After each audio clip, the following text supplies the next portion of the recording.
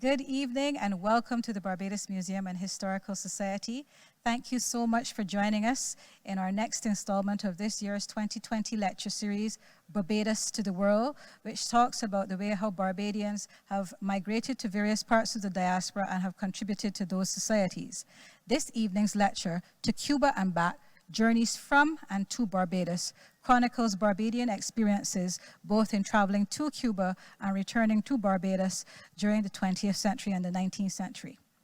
At the turn of the 20th century, Cuba, the pearl of the Antilles, was a magnet which attracted thousands of workers, not only from Barbados, but also from many other British colonies in the Caribbean. In the United States, the McKinley Tariff of 1890 reduced the import tariff on sugar and abolished the tariff on molasses. This provided a boost for Cuban exports to the US.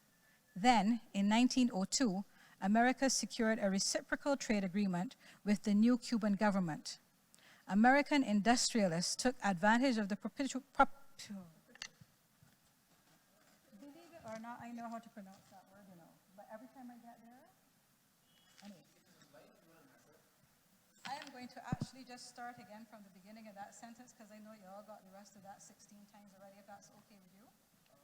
Or you want it again from the beginning? Because it'll be one piece. Okay. So from the welcome and everything? Okay. Good evening and welcome to the Barbados Museum and Historical Society. Thank you so much for joining us for the 2020 lecture series, Barbados to the World, which talks about migration efforts from Barbados to various parts of the diaspora and the contributions made by our countrymen to those countries. This evening's lecture, To Cuba and Back, Journeys from and to Barbados, by Dr. Sharon Marshall, speaks specifically about the Cuban experience. At the turn of the 20th century, Cuba, the pearl of the Antilles, was a magnet which attracted thousands of workers, not only from Barbados, but also from many other British colonies in the Caribbean.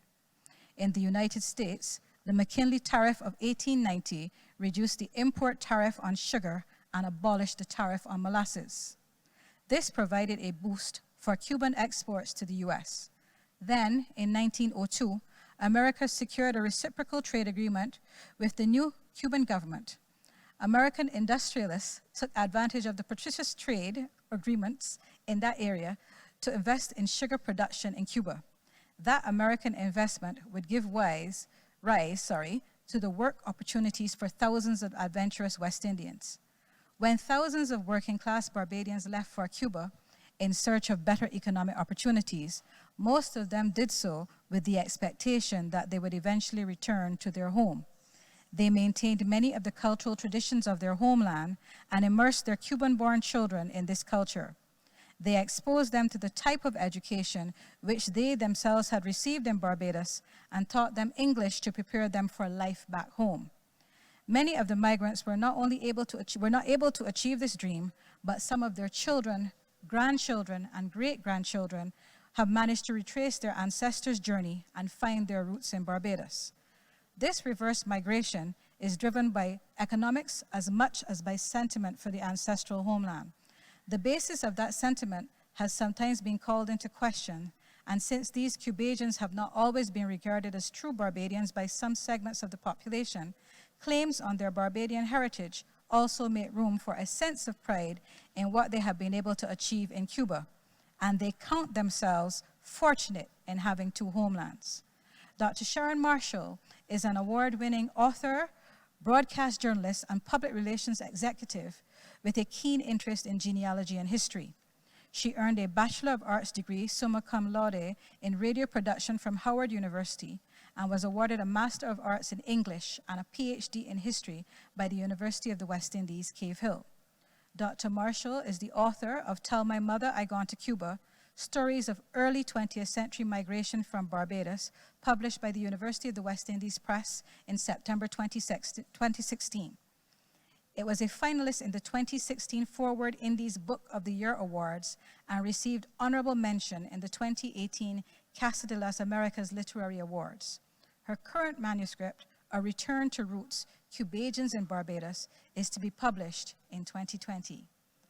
Join me in thanking and welcoming Dr. Sharon Marshall as she delivers her lecture, To Cuba and Back, Journeys from and to Barbados. Thank you.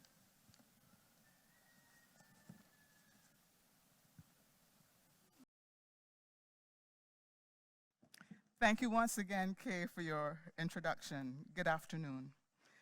I also wish to thank the Barbados Museum and Historical Society for the invitation to be part of this lecture series. I'm humbled and honored to have been included in this lineup of eminent historians. And now to the presentation, To Cuba and Back, Journeys from and to Barbados. I'll introduce you to some of the Barbadians who migrated, their reasons for going, their life in Cuba, descendants who came to Barbados to live, and the circumstances which propelled them. Bonham Richardson tells us that after full emancipation in 1838, thousands of former slaves in the British Caribbean began to migrate from their home islands. They sought higher wages to bring back home or better living conditions elsewhere. In any case, by 1900, British Caribbean migration was a traditional means of black livelihood rooted in the region's plantation history. From 1891 to 1909, there were an estimated 15,820 male emigrants from Barbados. The number of females was given as 8,817 for a total of 24,637, according to the Barbados Blue Book of 1909-1910. In the post-emancipation period, conditions for working-class Barbadians were little changed from the era of slavery. For most of them, their lives were still tied to the plantations on which they labored as enslaved persons. In 1909-1910, agricultural laborers were earning between 8p and 1 shilling per day. Masons, tradesmen, and carpenters between 2 shillings and 2 shillings 6p per day, and domestic servants between 1 shilling and 8 shilling 4p per month. Some of the early destinations for Barbadians were British Guyana, Trinidad and Tobago, and Brazil. These destinations have already been dealt with in previous lectures in this series, and Panama is coming up next. But I'll make some mention of Panama since the Panama and Cuba migrations are closely linked. Panama, particularly during the American phase of construction of the Panama Canal between 1904 and 1914, and Cuba during the phase of American investment in sugar plantations between 1900 and 1925. Some Barbadians moved on from Panama to Cuba, but many traveled there directly from Barbados. The ship's registers, which I examined in Havana, did not include data on nationality, but I suspect that the Maxwell family highlighted here were Barbadian. The Maxwells were listed among the women traveling from Panama to Cuba with young children on the 22nd of June, 1921. Mrs. Maxwell and her children were most likely going to join Mr. Maxwell in Cuba. Josephine Maxwell, 29 years, had with her children, Eleanor Maxwell, 4, Clementina Maxwell, 3, and George Maxwell, who was 1 year old at the time. Remember the name Josephine Maxwell, as I'll come back to it later. So what were some of the factors which contributed to creating employment opportunities for British West Indians in Cuba? The Spanish-American War of 1838 had left the United States in charge of Cuba. Then the 1903 Reciprocity Treaty lowered the tariff on Cuban imports to the United States. American industrialists began investing in Cuba's sugar industry by buying plantations, particularly in the eastern part of the country. In 1906, American-owned mills accounted for 15% of Cuba's sugar production. By 1920, they accounted for 50% of the mills. By 1929, it had moved to 75%. So this labor-intensive cultivation of sugar provided a source of employment for Barbadians and other British West Indians. From the turn of the century, the hacendados, or landowners, had been pushing for the importation of labor, as is seen in this Diario de la Marina newspaper article, Faltan Brazos, or Laborers Lacking. And the article read in part, factories like Victoria and Narcisa have suspended their operations because of a scarcity of workers. Other sugar plantations are grinding only 2 or 3 days a week because they haven't been able to find cane cutters or loaders, in spite of paying them 10 or 12 reales, and sometimes more. The cane is being lost because there is no one to cut it. But many of the landowners favored white immigration from Spain and the Canary Islands. However, on the 3rd of August, 1917, President Mario Menocal approved immigration legislation which opened the door for the Black West Indians. It's estimated that between 1917 and 1931, some 300,000 Haitians, Jamaicans, and other workers from the Caribbean region entered the country to work in the sugar plantations, according to Alejandro de la Fuente in Immigration and Race in Cuba. Some of the individuals which would-be emigrants from Barbados would have encountered are G.S. Archer, who was a labor recruiter. Another, Mr. Nightingale, was also a labor recruiter. George P. Harding was the passenger agent for the Webster Steamship Company, while Hanschel and Company were agents for the Xavier Rumo line, and A.J. Hanschel was consul for Cuba. But they would have seen glowing reports in the newspapers, as well as hearing from some of the people who had returned, such as this Barbados Advocate newspaper editorial of the 23rd of October, 1922. Cuba is the greatest sugar country, and the estates of the Cuban American Company are the largest in the world. They are Delicias and Chaparra, situated on the healthy north coast, with hundreds of thousands of acres of cane fields, hundreds of miles of railway, 2 great mills, churches, schools, a town of 10,000 people, electric light plant, bakeries, marketplaces, theaters, clubs, public parks, hospitals, private wharves, a lovely harbor, good restaurants, a large concrete hotel equal to any in the capital, and in fact, every comfort to be found in the largest city. One of those who was enticed to go was Rufus Hoyt. He left for Cuba on the 23rd of January, 1925, at age 18. He would remain there until 1968. Rufus was determined to go just to get some of the silk shirts which his neighbor, Mr. Licorice, used to bring back. He managed to make the trip despite his mother's objections.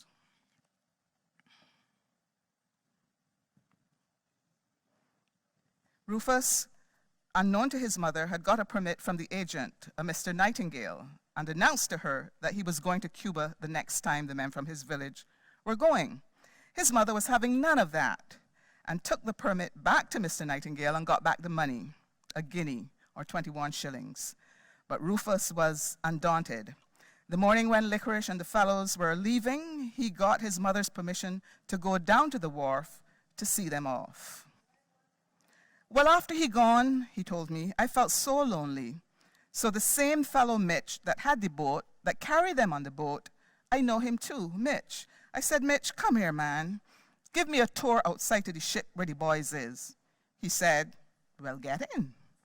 So the detective now on the gangway where the people going up, I tell him, carry me round to the back. So he carried me round to the back of the ship. And when he carried me to the back of the ship now, in those days, you know, the ship tall, but they had a rope. I hold up and I climb up on the ship, gone right up. I still look like go home, tell my mother gone to Cuba. Others left by more conventional means. Earl Alonzo Panama Graves was born in Panama on the 2nd of September, 1913, and brought to Barbados by his parents at 6 months old. He left Barbados with his mother and siblings in 1925 to join Mr. Graves, who had migrated to Cuba and was living in Ciego de Avila. I remember good. When Mama decided that after that morning, we're going down tomorrow. We are preparing to go down tomorrow to go to Cuba. We start from St. George, from St. Philip's. Family come down to meet us, and take us down to the wharf. Well, when they arrived in Cuba, they traveled by train to get to Ciego de Avila. But Mr. Graves wasn't expecting them at that time, so he wasn't there when they arrived at the station. Panama says, and after that, a few minutes after, a gentleman passed by, and my ma says, "Joseph Goodrich? That's you? Joseph? Joseph. Miss Graves, wait. What you doing here?" "No, man, I just come down." "Lord, Miss Graves." They had meat from Panama in those days, but they didn't expect to meet one another there, you see. That's how the world worked, like that. And I tell you, Papa can't be found around there at that moment. There was a little bar in front there, Mr. Lord's bar. He was a Barbadian. He was from St. Joseph, and his wife was a Jamaican. And they give us something to eat because we're hungry, traveling the whole day on a train like that, going down to Havana, And Mama didn't have much, and she was weak and so forth, and we was hungry, and they give us food. And the gentleman say, "I'm going to look for Mr. Graves." And then they find Mr. Graves. And when Mr. Graves was coming to us, Mama says, "Look, your father coming there." And he said, "Oh, Lord, look at my children. Look at my children." And he started to cry. Santiago de Cuba was the principal port of entry where the immigrants had to be quarantined for 15 days. Many of the Barbadians settled in the eastern part of Cuba in places like Santiago, Guantanamo, and near plantations in Manatí, Chapara, and Banes. In the center of the country, Central Baragua was a major location for the Barbadians, and then to the west, Central Hershey and Havana. Some segments of the Cuban population were not welcoming. The West Indians were accused of driving down the wages of Cuban workers and described as being promiscuous and the fruitful cause of every kind of disease, and there were robust exchanges in the press.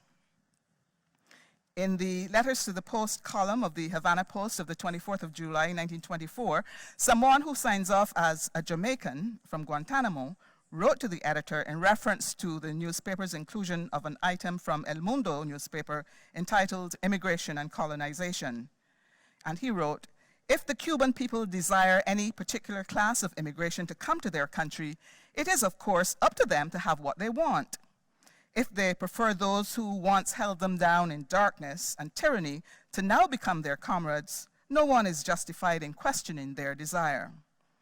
But those who have shared up to now in the development of this country, materially, morally, and socially, are people who can by no species of reasoning be set down as inferior to Cubans, should not be insulted in so slovenly a way as El Mundo has done." A few days later, there was a letter from a Raul Piedmont in Havana who had a retort for the Jamaican letter writer. His letter was carried in the Havana Post of the 29th of July, 1924, and it was headlined, "Cuban Answers Jamaican's Defense of Immigration." Piedmont had two main grouses: their Britishness and their transitory status. He wrote of the Jamaicans who apparently think that their British masters have transferred to them some of their Anglo-Saxon superhumanism.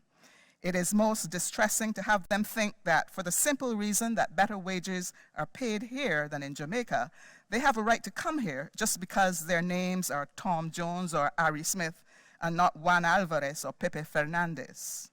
He wrote, too, that the fundamental and broadly speaking only just objection to Jamaican immigration is that he is a seasonal laborer who takes what he can get and takes it out of the country. But the British West Indians made the most of life in this hostile environment. They created institutions such as the British West Indian Welfare Center in Guantanamo, the Caribbean Association of Cuba in Havana. They also established fraternal lodges, churches, schools, social clubs, cricket clubs, even a West Indian Workers' Union, and they were very active in Marcus Garvey's Universal Negro Improvement Association, which had 52 chapters and divisions in Cuba.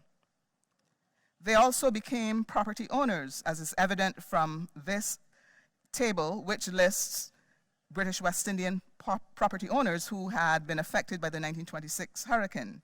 And you have Arnold Wood from Barbados. Mr. Wood had land valued at $800, and he owed $500 on that. The house was valued at $900 and had been paid off. Nathaniel Smith, also of Barbados, had land valued at $1,000, and he still owed $828 on the land, but the house valued at $1,000 had been paid for.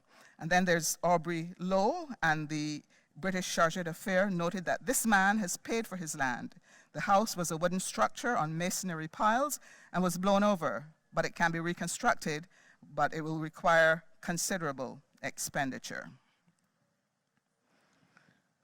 Some of the other families who went included the Lord family. Elena Lord wrote to me from Havana in 2012, I think it was, 2002, and she said to me, "My dear papa was born in Barbados and emigrated to Cuba when he was 16 years old. He wanted so much to get back to his homeland that he instilled his yearning and love for Barbados in his children." The Yearwood family also went. Vivian Israel Yearwood was born in St. Lucie on the 11th of June, 1903. He left for Cuba in 1922 at age 19. Like other Bajan countrymen, he initially found work in the sugar industry, but it was as an English teacher that he would become known in Victoria de las Tunas and in Manatee. He was called simply Teacher. Mr. Yearwood never returned to Barbados and died on the 5th of January, 1981 in Santa Cruz del Norte. We also had the Best family. Joseph Nathaniel Best was born in Belle Plaine, St. Andrew on the 1st of July, 1901. He migrated to Cuba in 1921, settling initially in Puerto Padre and then in Manatee. Mr. Best later moved to Las Tunas, where he remained until his death in 1978. His daughter, Dr. Aleida Best Rivero, became assistant professor and president of the Chair of Caribbean Studies at Las Tunas University. When the first elections for the National Assembly of People's Power were held in 1976, she was elected as a delegate and served for 25 years. She also served 2 terms as a member of parliament from 1998 to 2008, and was part of the provincial direction of the committees for the defense of the revolution. The Marshall family. My maternal grandfather, Isaac Newton Bonnie Marshall, was born in Ben Hill, St. Andrew on the 7th of June, 1880. He migrated to Panama, arriving at Colon on the 3rd of December, 1906, on board the SS Solent. As a blacksmith, he found work on the construction of the Panama Canal. My grandmother, Miriam Delsina Lawrence, was born in Market Hill, St. George on the 24th of August, 1884. Bonnie returned to Barbados and married Miriam at St. Augustine's Chapel on the 9th of December, 1907. They later left for Panama and then moved on to Cuba, where he became chief smith at the sugar factory in Central Hershey. Mr. Ince was his second in command. Central Hershey is about 35 miles east of Havana. It was one of several plantations in Cuba owned by American chocolate manufacturer Milton S. Hershey of Hershey, Pennsylvania, and was the headquarters of his Cuban operation. The sugar mill was completed in 1918 and began grinding in January 1919. There was a private electric railway to transport the sugarcane. At Central Hershey, in 1923-24, field laborers earned $1.20 per day. By 1925-26, it remained the same, but By 1927-28, it had been reduced to $1 per day. Cane cutters got $1.40 in 1923-24 per 100 canes cut, and by 1925-26, that had been reduced to $1.25. By 27-28, it stood at $1. The mill laborers received $2.23. By 1925, it had been reduced to $2.09, and then there was a slight increase in 27-28, where they received $2.17. The sugar boilers received $7.50 per day in 1923-24. By 25, that had been reduced to $5.77 and $5.54 in 27-28. The centrifugal tenders received $4.10 per day in 1923-24. 25-26, it was reduced to $3.75, and by 1927-28, they were earning $3.26. Central Hershey was a carefully planned town which featured amenities like a power plant, water supply, a clinic, a hotel, churches, schools, swimming pools, baseball fields, a golf course, and housing for the workers. My mother and her siblings lived on 13th Street with their parents, and my mother recalls something of her childhood days there. She told me that other West Indians used to come from Baragua and different places. They came down on Saturday nights and played cricket on Sunday, and then they left on Sunday nights to get back home to their jobs on Monday. And sometimes cricketers from Hershey would visit other provinces in turn. They came from Camagüey, Pinar del Rio, Matanzas, Santa Cruz, and Havana. Almost every Caribbean island was represented. They stayed with different families. On these occasions, large tables were laid out with food, homemade drinks, and cakes. We cooked Barbadian food. Well, my mother cooked Barbadian food because I remember one of the guests writing her and telling her that he still had the taste of her gravy on his tongue.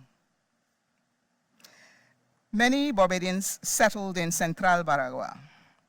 The American-owned Baragua Sugar Company leased land to build the factory in 1916, and the first harvest began on the 31st of January, 1917. Barbadians took leading positions in operations at the sugar factory in Central Baragua. The Central operated 3 shifts, and at one point in the factory's history, there were Barbadians in charge of each shift: Mr. Lowe, Mr. Maloney, and Mr. Roach. These gentlemen were members of the Christian Mission Church there. The Nelson family also came to Baragua. Oliver Sylvanus Nelson was born in Barbados and migrated to Cuba in 1920. He settled in Baragua, where he met and married another Barbadian, Clotel Eunitha Springer. Her parents had taken her to Cuba from Panama. Mr. Nelson became a property owner and founded a newspaper. He was Grand Master of Cuba District Grand Lodge No. 1 of the Masonic Lodge, and they became parents to 2 boys and 8 girls. Neither he nor his wife returned to Barbados. He died in Cuba in 1959 and she in 1967. This is Elliot Nelson, one of the Nelson's sons. He's pictured here with the first resident ambassador for Barbados in Cuba, Donna Ford. Elliot moved from Baragua to the capital and worked for many years at the British Embassy in Havana. Long before Barbados established an embassy in Cuba in 2010, Elliot was an unofficial honorary consul for his parents' birthplace. He would welcome groups of visiting Barbadians, find accommodation, make connections, offer advice, and take visitors around in his vintage American car to get their business done. He died on the 17th of December 2019 at the age of 85. Celia Leonora Campbell-Jones was born on the 13th of February 1906 and lived with her grandmother at Reese Hill, St. Thomas. On the 8th of August 1920, she left Barbados at age 14 to join her mother in Baragua. When I came here, all here was cleared field. Down in Barbadian town was tree stump. The Barbadian, Jamaican, plenty of the nation came here, and all those stumps are cut down. The Atwell and Green families also went to Baragua. Maradel Atwell Green was born of Barbadian parents in Panama. When she was 6 years old, her father, Joseph Nathaniel Atwell, left the family to go to Cuba. In 1920, her mother left Panama for Cuba with Maradel and her 2 sisters to join Mr. Atwell in Baragua. She recalled that there was always some excitement in Bajan town where they lived. Man got beaten up and that sort of thing, and although the man-woman curse all night, she still can't find out who beat the man. Bajan people, they live together well outside, better than here. Wouldn't tell on one another. Some of the Barbadian surnames to be found in Baragua during its heyday were Adams, Atwell, Bascom, Belgrave, Best, Bovell, Brathwaite, Brown, Butcher, Carrington, Carter, Catwell, Collymore, Conlift, Eastmond, Edgell, Elcock, Ford, Gaskin, Gibson, Gill, Goodridge, Green, Greenwich, Griffith, Harewood, Holdip, Howard, Hunt, Jones, Jordan, Lashley, Licorice, Lowe, Maloney, McLean, McCollin, Medford, Miller, Nelson, Osborne, Paris, Riley, Roach, Scantlebury, Springer, Stanford, Stout, Thomas, Weeks, and Whitaker. The migrants passed down aspects of their culture to the new generations born in Cuba. And in Baragua, every 1st of August, there is a celebration.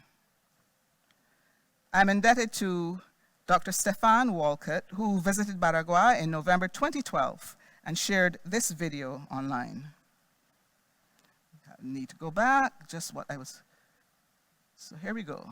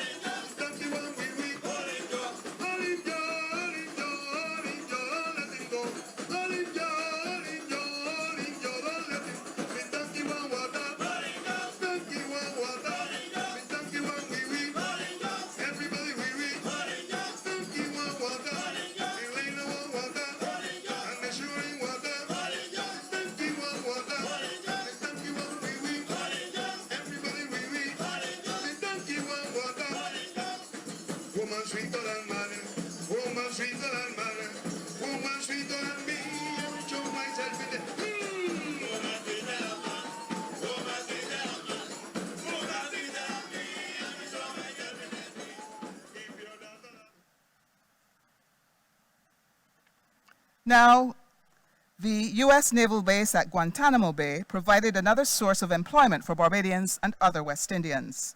Some migrated there from other parts of Cuba to find work.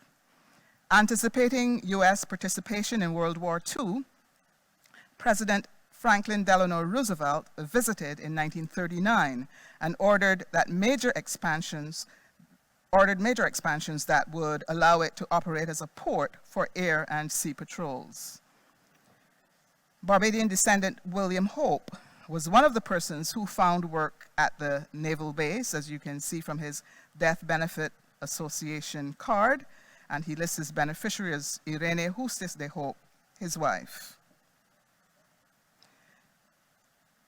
William's father, Edmund Lee Hope, had been born in Warner's Christchurch and baptized at St. David's Chapel in 1868. He left Barbados for Haiti, Canada, and then settled in Cuba. Mr. Hope set up a tailoring establishment on Aguilera Street in Guantanamo City. The sign above the shop reads British-American designer and cutter E.L. Hope. But the best advertisement for his services is a very dapper Mr. Hope standing proudly in the doorway of his establishment with his Haitian wife Lydia and their children. Young William is in the center, and he's flanked by his brothers Herbert on the left and Theodore on the right. Some other residents in Guantanamo were members of the Mechanics' Lodge, and these included Charles Linton, who was born on the 10th of January, 1895. His place of birth was given as Christchurch, Barbados, and he listed his next of kin as Michaela Linton, his wife. There was also Cyril Howell, born on the 23rd of February, 1897, in Clifton Hall, St. John, Barbados. His next of kin were given as Ina Howell, his wife, and his mother, Rebecca Howell. Having dealt with the outward migration and experiences in Cuba, I now want to spend some time on the return journey. I've identified 3 periods during which Barbadian migrants or their offspring were prompted to return home from Cuba or to come here. The first, 1930s, 2, 1960s to 70s, and 3, the late 1990s to 2000s. So what were some of the reasons to leave Cuba in the 30s? The Smoot-Hawley Tariff Act increased the duty on Cuban sugar, and sugar production dropped 60%. Cuban exports declined by 80%, the price of sugar fell by over 60%, and the sugar harvest was reduced to 32 days. In 1931, legislation was enacted to curb immigration to Cuba. On the 8th of November 1933, La Ley de 50% required that 50% of the labor force be Cuban nationals. And Decree 2232 of 1933 authorized forced repatriation of foreigners who were without work or resources. Then there was also unrest, the revolution which overthrew Menocal. In March 1935, a general strike rocked the island and its main industry, sugar. My maternal grandfather, Bonnie Marshall, died in Central Hershey in 1935. My grandmother, Miriam, left behind 2 older daughters who had started their own families in Cuba and returned to Barbados in 1936. With her, she brought her 5 younger children, including my mother, Delsina, who was then 9 years old. So that first night we didn't go to sleep at all. We all crowded around our mother crying, saying we want to go back to Cuba. And she said, no, we can't go back, that we're here to stay. Ophelia Nichols, Paris, as she was then in 1936, came to Barbados in 1936 as well. Her parents came from Baragua with Ophelia and her brother Reuben. She was 12 years old at the time. Ophelia celebrated her 95th birthday on the 11th of December, 2019. The Philo family. Frank was born in Baragua on the 5th of August, 1927.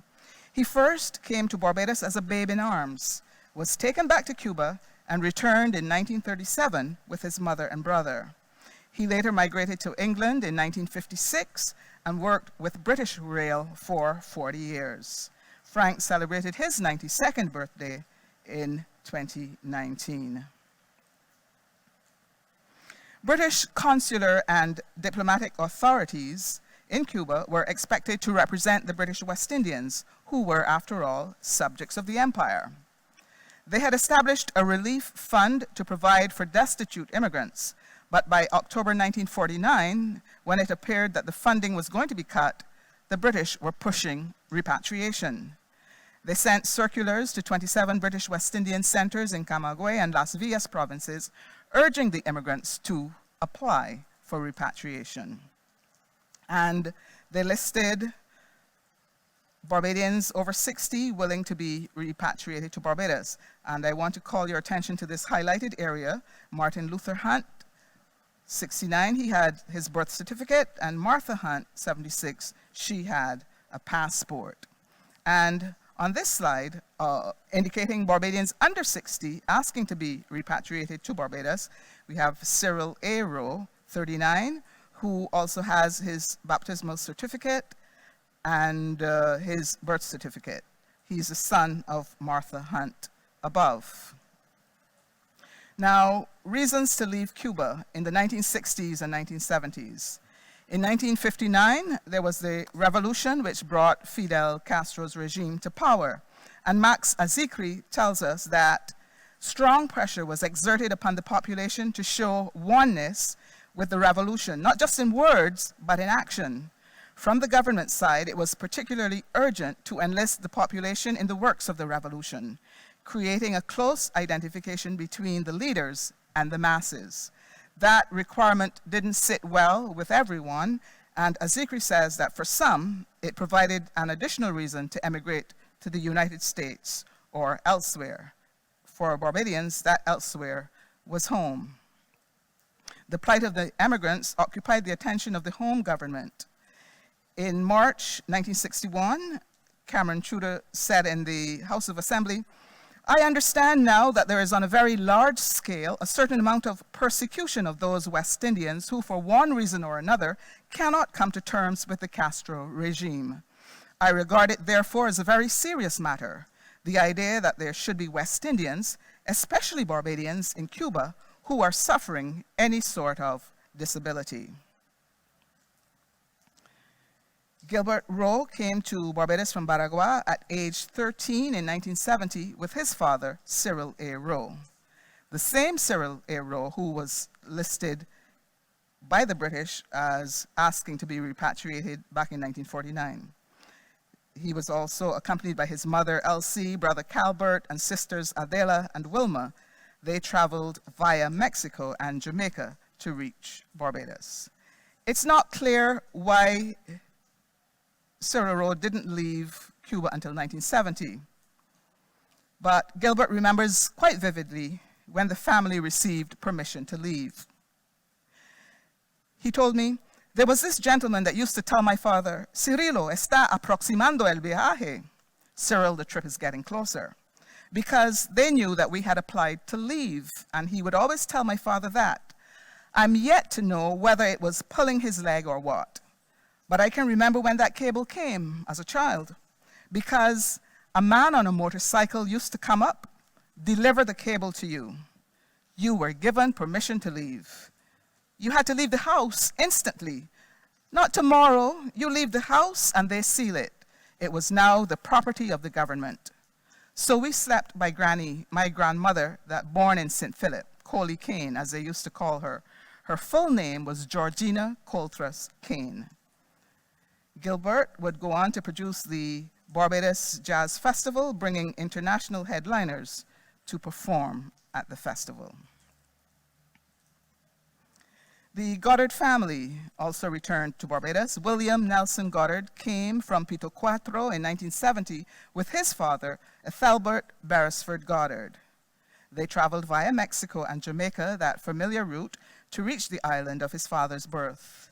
His mother had remained behind in Cuba with 3 boys and 2 girls. A year or 2 later, his mother came with one of her daughters, Evelyn, leaving the older children.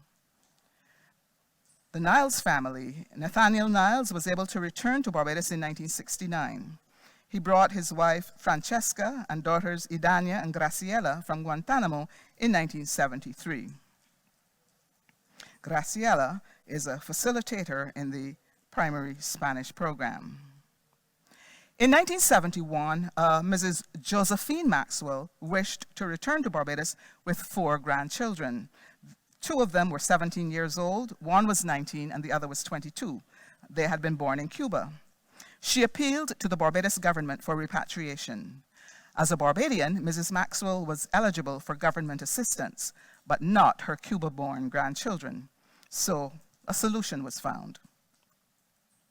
Errol Barrow revealed in the House of Assembly in March 1971 that she will not come back without her grandchildren. She says she will not leave her grandchildren to be exposed to destitution in Cuba.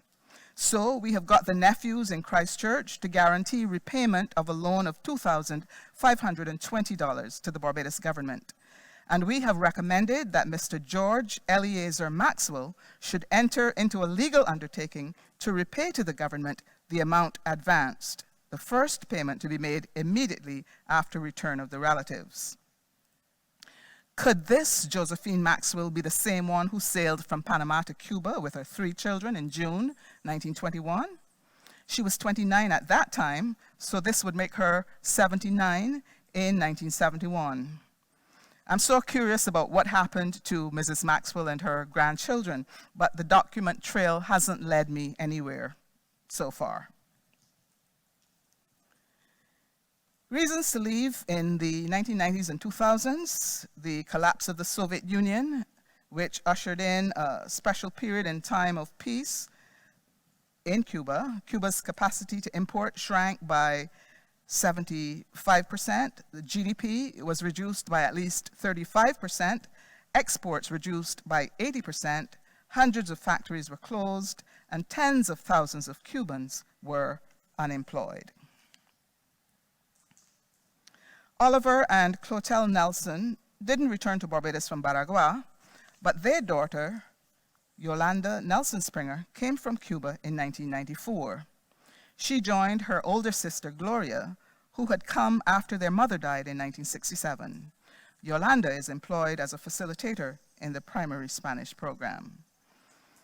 Teacher Vivian Yearwood never got to see St. Lucie again, but his children, Florencia, Juana, and Ernesto, came to Barbados to reclaim their roots. The 2 daughters came in 2000 and were employed as facilitators in the primary Spanish program. Juana has since retired. Ernesto arrived in 2003. Edmund Lee Hope wasn't able to return to Barbados. He died in Cuba on the 17th of September, 1946, at the age of 69. But his grandson, Pedro Hope Justice, William Hope's son, came to Barbados from Guantanamo in 2000, and he is head of the Modern Languages Department of a secondary school. I met Pedro on a research visit to Guantanamo in 2000, and for better or worse, I'm now part of the Hope family. Some of the descendants have been able to visit Barbados to try to locate relatives. Among them, the filmmaker Juan Enrique Bocalandro Burton. Juan Enrique's grandfather was from St. George, and Juan is the creator of Lost Roots, a documentary chronicling the story of Cubans of Barbadian descent. And he told Loop News Barbados in 2015 that I have received good comments from people that have seen the documentary and were surprised to know that there was a community of Barbadians in Cuba. I would like for people in Barbados and in other countries to know about this film so that Barbadians around the world might know of our existence. Some have come to stay for a few weeks, while others are settled in Barbados and have formed a Cubajan community. They keep in touch with relatives left behind in Cuba, visit as often as their budgets allow, and send remittances in much the same way that the early migrants sent back to Barbados. This circle of outward and inward migration has joined Barbados and Cuba for more than a century to the benefit of both countries. Long may it continue.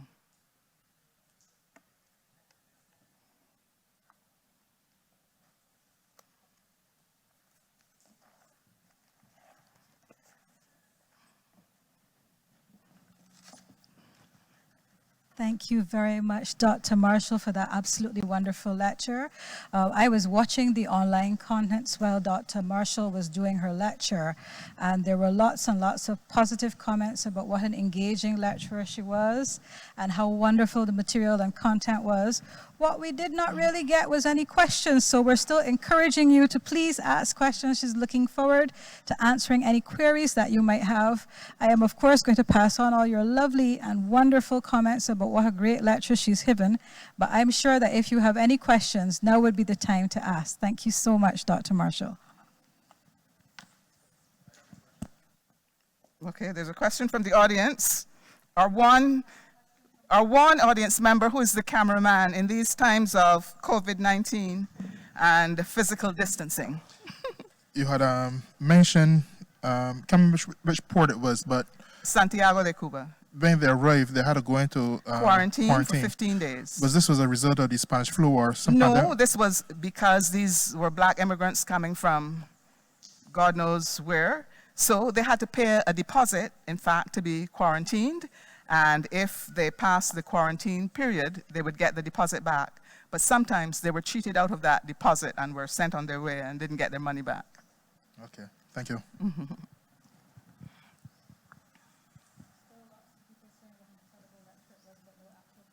Okay. Well, thank you then. If there are no further questions, once again, I want to thank the Barbados Museum and Historical Society for this opportunity. Oh, there's a question coming in.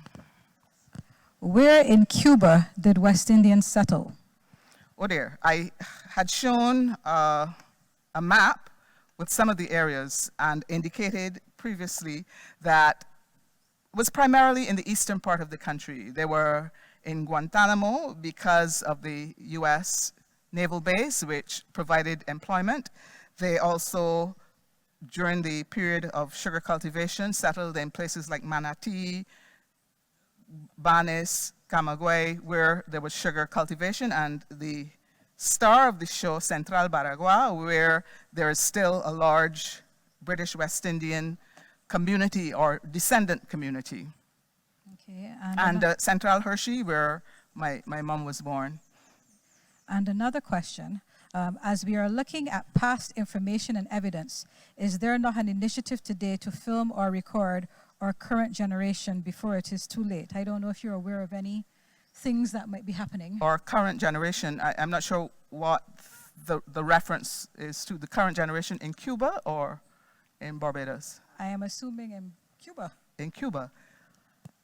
Gloria Rolando, a filmmaker, has done a marvelous film called My Footsteps in Baragua, which chronicles the journey of the West Indian migrants, and it also highlights some of their contributions to Cuba. That film, I believe it was done in the 70s or 80s. It was shown recently here at the Errol Barrow Center. So that's one aspect of documentation. But Gloria is also working on another film, which is entitled Black Cake. She had hoped to be in Barbados around this time filming, but all of the plans for bringing West Indian, Barbadian descendants for the regathering had to be scuttled because of the pandemic. But with any luck, Gloria will be able to complete her work. Asking if there are any plans for a visit to Baragua. Any plans? Well, I don't have any immediate plans to go to Baragua. I've been there several times and had very delightful times. I still have friends there, the siblings of my friend Yolanda Nelson, who still reside in Baragua. And it's really quite an interesting place for Barbadian visitors to see if they ever have the opportunity to go to Cuba. And were there any archives that you were able to access with the names of immigrants to Cuba? I was fortunate to view the ship's registers in the National Archives in Havana, and I mentioned some of them here. You saw the 1921 arrival from Panama to Cuba, and I don't know what state they're in now, if they've been digitized, but I was so afraid to touch them because of the very fragile nature of the records, but I felt quite privileged to be able to extract that information before the records disintegrated. And how did Bajans who moved to Cuba cope with Spanish? The usual method of operating was that while the British West Indians had this dream of returning to their home, they insisted that their children learn English, but they were also practical, and they went to Spanish school as well. So the children learned English and Spanish. What became of Dr. Marshall's relative, Lionel Marshall? You know, I have not been in touch with Lionel for such a long time. I have a photograph in my living room of him with me and my mom when he came to Barbados to play volleyball, and I wonder what has become of him, if he's still in Italy, where he is, but we have just lost contact, unfortunately. Were there intermarriages between Barbadians and Cubans, and if so, what difficulties did they face? But of course, you know, that if people are settled in a place for any appreciable period, there's going to be intermarriage. And I'm married to a Cubajan, and I guess I'm a big Cuban. But yeah, there are several instances. And I spoke about the 1st of August celebration in Baragua. It's not simply West Indian descendants who participate in this thing now, because it's become so much a part of the community. And the community has learned about Barbadian cuisine, the sorrel, the black cake, and when the ingredients are available, make these dishes and share with their Cuban neighbors. Dr. Marshall, do you know whether any of the Cuban doctors or nurses in Barbados right now helping with the COVID-19 pandemic is of Barbadian descent? I have no idea. That's a matter for investigation. Marshall, I was lucky to visit Cuba with a group of Bajans about 20 years ago, and I loved it. Is there any plan to encourage Bajans or other Caribbeans to visit there? Several travel agencies in Barbados have organized visits to Cuba, and not only travel agencies, Nicholas Vaughan, he took a group 2 years ago, and I spoke to the group before their departure, and they all had a wonderful time. And I imagine that once the travel restrictions are lifted and there is the airline lift, that others will be moved to visit and discover for themselves. There's another question from the cameraman or sole audience member. You had mentioned earlier, you had talked about how the welcome was for these immigrants. Mm-hmm. It wasn't open arms. Yeah. How has these ones integrated into society, their descendants and such, like, have they fully integrated into society, or is there still some form of pushback? They are Cubans. They are fully integrated into the society, but that doesn't mean that they don't cherish their Barbadian or West Indian ancestry. They're very proud of that, in fact. 2017, I think, yes, when my book was presented at the Havana International Book Fair, I had the opportunity to visit the Caribbean Association of Cuba in Havana, and you see all of the flags from the various West Indian territories, and people telling me where my grandfather was from St. Kitts or my mother was from Barbados, and you know, so while they're very proud of being Cuban and what they have been able to accomplish in Cuba, they are still very proud of their West Indian, their Anglophone West Indian heritage. And one more question. Is there a recipe book or any plans for one that shows Bajan Cuban food? I have no knowledge of a recipe book that shows Barbadian Cuban food. The question was, are there any plans for a recipe book of Cuban Barbadian food? Perhaps I can influenced one of my friends to work on that. What I've been working on, as you mentioned in the introduction, Kay, was, or is, the reverse migration, and the book which I'm entitled A Return to Roots, Cubagents in Barbados, because there's a little, as I mentioned, Barbadian, Cuban, Barbadian, or Cubagan, as my husband named them, here in Barbados, and I've tried to chronicle their stories. So it's the completion of that circle of migration. Their foreparents went out and they've come back. And coincidentally enough, some of them have not received a warm welcome on the part of some Barbadians who question whether they're authentic Barbadians, despite the Barbadian accent and everything. But it's, I guess, part of human nature, but they too are also integrated into Barbadian society. I mentioned several persons in my presentation who are facilitators in the primary Spanish program. The Yearwoods, their father, teacher Yearwood, he went to Cuba and earned a living as an English teacher, and his children have come to their father's homeland and earned a living as a Spanish teacher. So there's that circle of connectivity. So I think that's it. The cameraman is putting back on his mask, so I think that signals he's not going to ask any more questions. Thank you once again, and I do appreciate your comments and your attention. Thank you.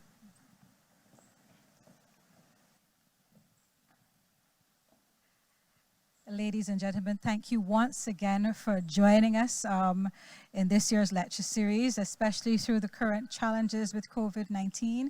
We are very, very happy to have you join us. I'd like to report, as a matter of fact, that we've had record numbers for our online audience this afternoon, which is very heartening, given the changed date and time and the gap between this lecture and the last one we were able to do. So thank you very, very much for supporting us, and thank you very, very much for following the museum. The lecture series is a collaboration between the University of the West Indies, the Barbados Museum and Historical Society, and the National Cultural Foundation, as we continue to partner in taking Barbadian culture and heritage to the general public. And we would like to thank those two institutions who support us in the lecture series every year, as well as Dr. Marshall for a wonderful lecture. I'm sure she's going to enjoy looking at all the comments online after she's able to go home and relax after the lecture. Thank you once again so much for tuning in, and join us next time as we do the next lecture in the lecture series. We're unfortunately unable to give you the date at this time, but as soon as that information becomes available, you can follow us on Facebook and Instagram at Barbados Museum, and we'll get that information out to you. Thank you so much.